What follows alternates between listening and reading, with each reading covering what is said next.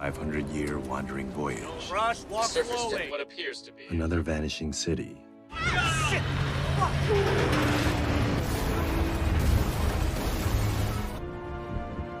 the navigation platform into Hell space. Earth out of the solar system.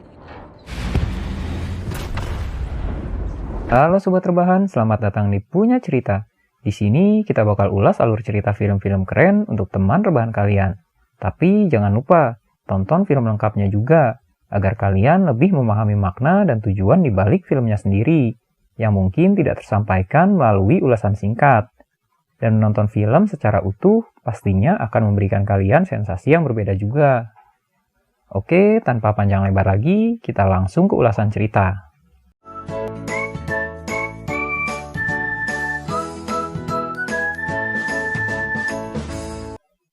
Film yang bakal kita ulas hari ini berjudul The Wandering Earth. Film bergenre science fiction ini diangkat dari novel populer berjudul sama di tahun 2000 lalu. Filmnya sendiri rilis di tahun 2019. Dalam film ini diceritakan berbagai bencana seperti kebakaran hutan, kekeringan, dan kepunahan beberapa spesies mulai terjadi.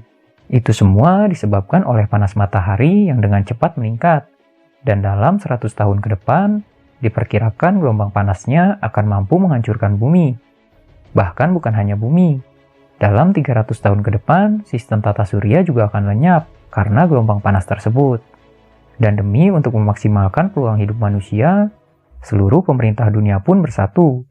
Dan satu-satunya cara untuk melakukannya adalah dengan mendorong bumi keluar dari sistem tata surya, memindahkannya ke sistem bintang alfa yang berjarak 4,2 tahun cahaya dari sistem tata surya. Dan proyek ini dinamakan Wandering Earth. To face this cataclysmic catastrophe, mankind was away. This mighty and enduring human might. Seluruh sumber daya dikumpulkan. 10.000 mesin penggerak dengan ketinggian 11.000 meter mulai dibangun di seluruh permukaan bumi. 311 astronot dan 709 mekanik asal Cina yang terpilih diterbangkan keluar angkasa untuk bergabung dengan astronot dan mekanik-mekanik lain dari seluruh dunia. Mereka semua akan ditempatkan di stasiun navigasi luar angkasa. Tugas mereka adalah memandu pergerakan bumi, memperingatkan tanda bahaya, dan menyediakan jaringan komunikasi bagi bumi. It's the last procedure for daily inspection. Check. Yeah, my friend. Untuk menghadapi perubahan iklim yang ekstrim selama perpindahan bumi, pemerintah membangun kota-kota bawah tanah di dekat mesin penggerak sebagai tempat pengungsian, karena nantinya sebagian permukaan bumi akan membeku dan tidak dapat ditinggali. Selama proses perpindahan tersebut, mereka harus tinggal di bawah tanah selama 2.500 tahun, sampai bumi tiba di tujuannya. 17 tahun setelah perjalanan bumi keluar dari tata surya, seorang kakak beradik yang bernama Liuki dan Han Duo yang penasaran dengan keadaan permukaan bumi saat ini mendatangi pasar gelap. Di sana mereka membuat tanda pengenal palsu dan menyewa 2 baju pelindung. Moving! We aren't going anywhere without the suits. Are the suits ready? Thanks, Iga. Mereka berdua kemudian menyelinap di antara para pekerja lain. Dan setelah berhasil melewati alat pemindai dengan tanda pengenal palsu yang mereka buat sebelumnya, mereka bergegas menaiki lift. Butuh waktu sekitar 15 menit untuk sampai ke permukaan dari kota bawah tanah yang terletak sedalam 5 km. Okay.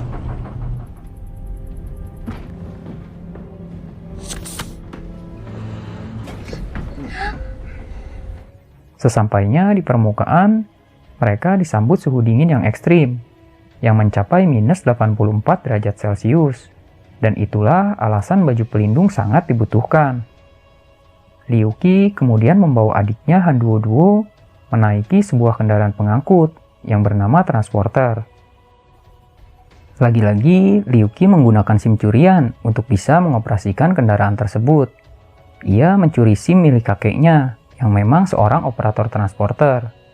Liuki yang baru pertama kali mengoperasikan kendaraan tersebut hampir menabrak dan membahayakan pengguna jalan lain.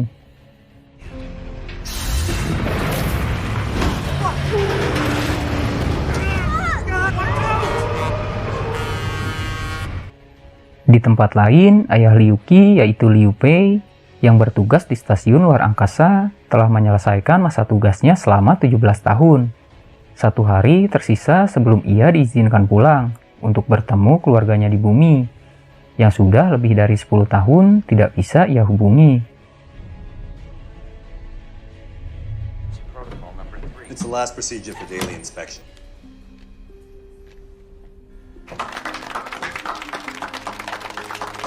Sementara itu, Liu Qi dan Han Duo yang berada di bumi dihentikan petugas patroli permukaan bumi. Mereka berdua kemudian ditangkap dan dijebloskan ke dalam penjara. Di sana, Liu Qi bertemu dengan Tim, seorang pemuda blasteran Cina Australia, yang juga seorang tahanan. Sang kakek yaitu Han Xiang yang mengetahui kedua cucunya tertangkap bergegas datang. Sang kakek kemudian mencoba menyuap petugas untuk membebaskan cucunya. Tapi lucunya, sang kakek Han Xiang malah ikut dijebloskan ke dalam penjara karena usahanya menyuap petugas polisi. Saat Han Xiang sedang berdebat dengan kedua cucunya di dalam sel, tiba-tiba gempa bumi besar muncul, merubuhkan pintu teralis besi yang menahan mereka. Tim yang masih terjebak di dalam sel berteriak-teriak meminta bantuan. Liu Qi pun kemudian kembali dan membantunya keluar.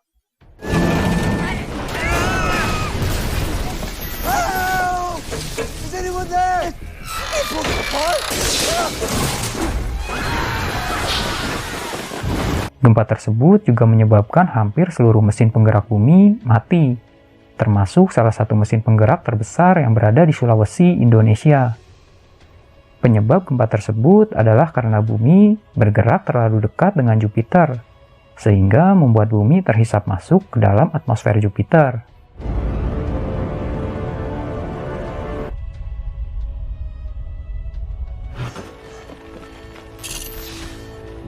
Pemerintah dunia kemudian mengerahkan seluruh personil untuk merestart kembali 4.771 mesin pendorong yang mati di seluruh permukaan bumi akibat gempa sebelumnya.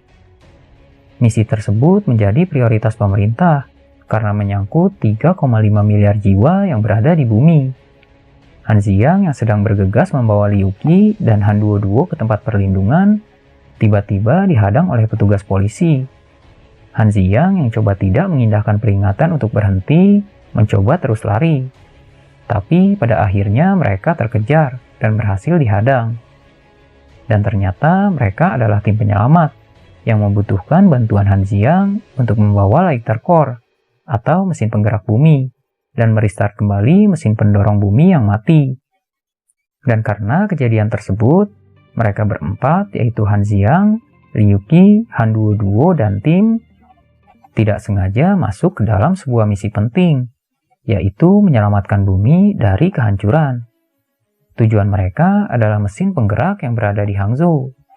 Lalu di tengah-tengah perjalanan, mereka dihadapkan dengan sebuah jurang yang dikelilingi tebing-tebing batu dan bangunan kota yang membeku, yang bisa runtuh kapan saja.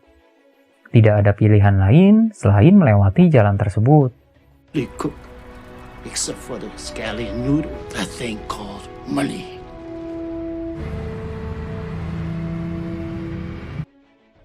Dan benar saja, di tengah perjalanan gempa susulan kembali terjadi. Batuan-batuan es mulai runtuh menghujani kendaraan pengangkut. Kini mereka terjebak di tengah-tengah jurang yang bisa kapan saja runtuh jika kembali terjadi gempa susulan. Kemudian untuk menunggu tim penyelamat lain datang membantu, itu juga hampir tidak mungkin.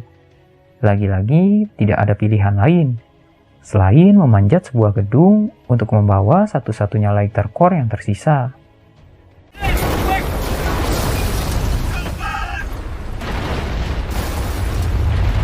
on your feet, quick. Good.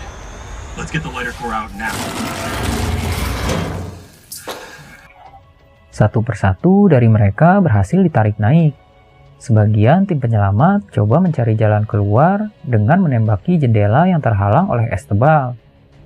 Tersisa sang kakek dan seorang tim penyelamat yang masih tertinggal.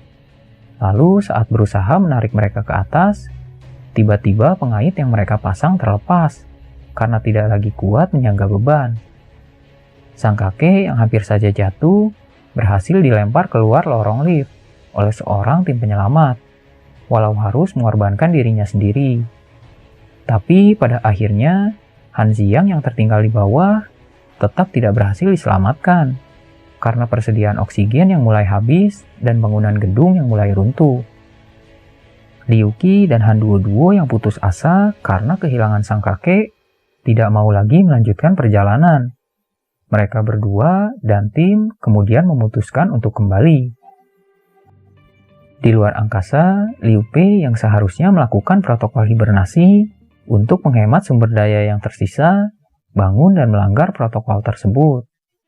Makarov, seorang astronot lain yang juga sahabat Liu Pei, tidak sengaja ikut terbangun. Sadar tindakan tersebut hanya untuk menelantarkan bumi dan orang-orang di dalamnya, Makarov kemudian memutuskan untuk membantu Liu Pei. Namun, kecerdasan buatan bernama MOS yang mengendalikan stasiun luar angkasa menganggap tindakan Liu Pei dan Makarov adalah suatu pembangkangan.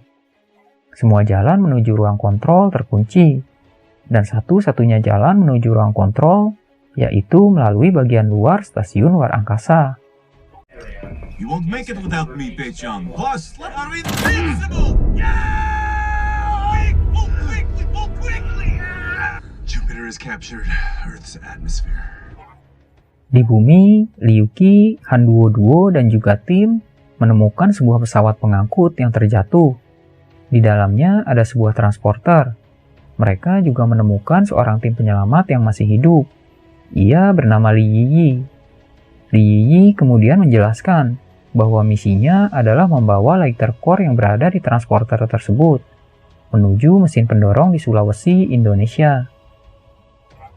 Lalu saat mendengar transmisi darurat dari unit penyelamat yang sebelumnya bersama mereka, Liu Qi mengurungkan niatnya untuk pulang. Ia memutuskan untuk melanjutkan misi penyelamatan. Tim penyelamat yang sebelumnya bertugas merestart mesin pendorong Hangzhou gagal menjalankan misinya. Hangzhou dan 350.000 penduduknya telah hancur terbakar. Salah seorang dari tim tersebut bahkan menembak satu-satunya lighter core yang berhasil mereka bawa, karena merasa semua usaha yang mereka lakukan akan berakhir sia-sia. Di tengah-tengah keputusasaan tim unit penyelamat, Liu Qi datang meyakinkan mereka bahwa harapan akan selalu ada. Hangzhou mungkin hancur, tapi masih ada satu lighter core yang harus mereka antar. Sulawesi menjadi tujuan mereka berikutnya. Oh, what a high rank for someone else. We're going to Sulawesi. Di luar angkasa, Liu Pei dan Makarov masih berjuang mencapai ruang kontrol. Tapi usaha mereka juga tidak mudah. Di persimpangan terakhir, mereka mencoba melompat. MOS yang mengendalikan stasiun luar angkasa mendeteksi hal tersebut sebagai ancaman. Ia kemudian melepaskan tembakan yang berhasil mengenai Makarov yang berada di depan. Tersisa Liu Pei seorang diri. Dan untungnya, ia berhasil menerobos masuk dan mencapai ruang kontrol. Watch out!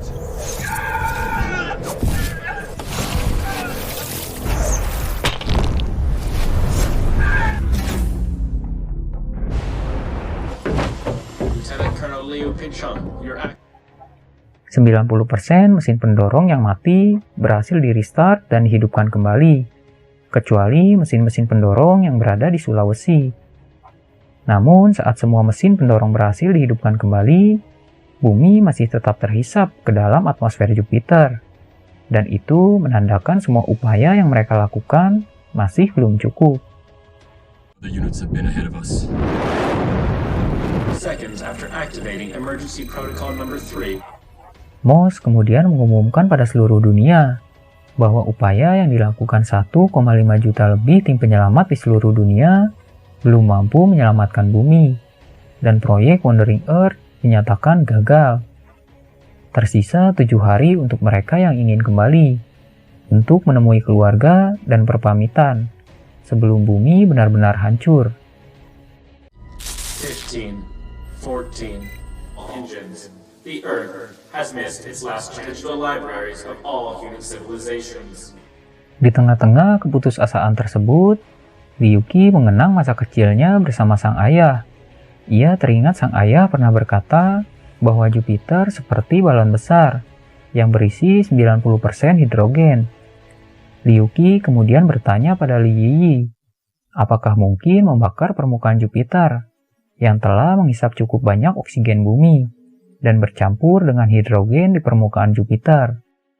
Li Yiyi yakin campuran dua bahan tersebut akan mudah terbakar, dan daya dorong yang dihasilkan dari ledakan tersebut mungkin cukup untuk menjauhkan bumi dari Jupiter. Li Yiyi kemudian berencana mengubah mesin pendorong Sulawesi dan memodifikasinya sebagai pemantik yang mampu menyemburkan api sampai ke permukaan Jupiter. Space station. We came up with a new plan. Please respond. I wrote that program. Once we override the system, the auto-unlock mechanism won't work. Sesampainya di Sulawesi, mereka terbagi menjadi beberapa kelompok. Li Yiyi bertugas memodifikasi sistem. Komandan Wang memaksimalkan mesin pendorong. Ryuki dan tim memasang lighter core menuju mesin torsi Sulawesi. Beberapa rangkaian modifikasi harus dilakukan secara manual, sehingga cukup rumit dan menyulitkan jika harus dikerjakan beberapa orang saja. Ryuki juga mendapat beberapa hambatan. Lighter core yang dipasang tidak menutup dengan sempurna, karena salah satu pengunci tidak bekerja. Dan saat itu pula reruntuhan bangunan mulai berjatuhan dan melukai beberapa orang.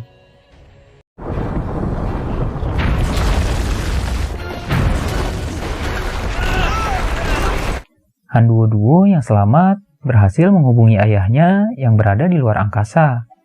Ia menjelaskan rencananya membakar permukaan Jupiter, dan ia membutuhkan lebih banyak bantuan. Liu Pei kemudian berusaha meyakinkan para pemimpin dunia untuk mengerahkan tim bantuan ke Sulawesi. Permintaan tersebut sempat ditolak. Mereka hanya bersedia memulihkan jaringan komunikasi ke bumi. Han Duo kemudian melakukan pesan siaran untuk seluruh tim penyelamat di seluruh dunia. Ia menceritakan kondisinya saat itu, yang sedang ketakutan dan hampir tidak bisa melakukan apa-apa. Ia berusaha meyakinkan semua unit untuk datang, membantu usaha terakhir mereka membakar Jupiter. Harapan terakhir yang juga dimiliki oleh bumi. Usaha Han Duo tidak sia-sia. Orang-orang yang awalnya tidak peduli dengan misi tersebut dan hanya ingin pulang untuk menemui keluarga mereka untuk terakhir kalinya, mulai terketuk hatinya. Mereka kemudian memutar kembali kendaraan mereka menuju Sulawesi untuk membantu Han Duo. Di tempat lain, tim berhasil menyelamatkan Ryuki yang hampir saja terjepit mesin lighter core. Tim bantuan dari seluruh dunia datang tepat waktu. 15 menit tersisa untuk penyesuaian mesin pendorong. Ryuki dan tim harus bergegas keluar dari area torsi agar prosedur pemantikan dapat dijalankan. Sesaat setelah mereka berhasil keluar, Li Yiyi mulai menjalankan prosedur tersebut. 3 mesin pendorong yang berada di Sulawesi, Singapura, dan juga Jakarta gagal menyemburkan api pada ketinggian yang diharapkan.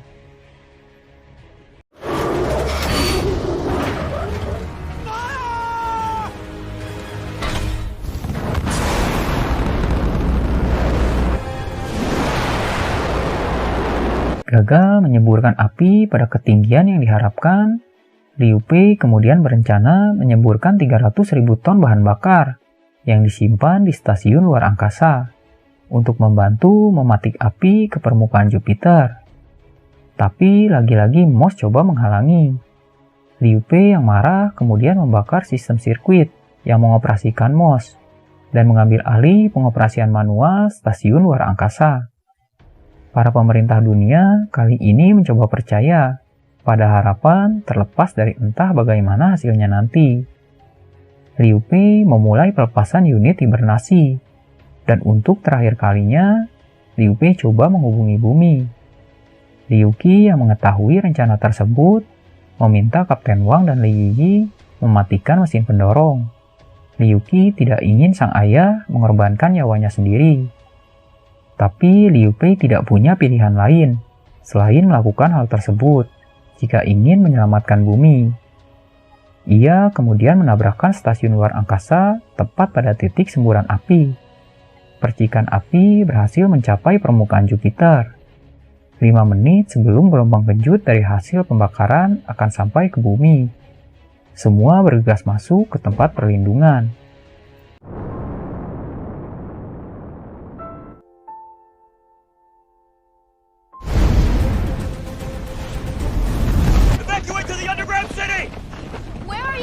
Han Duo bersikeras menunggu Liu Qi. Namun, lift cadangan yang merupakan satu-satunya jalan ke tempat perlindungan hancur tertimpa reruntuhan. Liu Qi dan tim kemudian bergegas membawa Han Duo yang pingsan menuju tempat perlindungan lain. Dalam perjalanan, transporter yang mereka naiki hancur dihantam bola-bola api dari efek ledakan. Ketiganya hampir tewas terjatuh ke jurang. Tim berhasil meraih potongan besi sebagai pegangan, sedang Liu Qi dan Han Duo selamat dengan bantuan bola pelindung. Gelombang kejut berhasil menjauhkan bumi dari kehancuran. Pemerintah dunia mulai membangun kembali. Bumi melanjutkan perjalanannya. Tersisa 2.500 tahun untuk sampai di rumah baru. It's divided into 5 phases. Phase 1.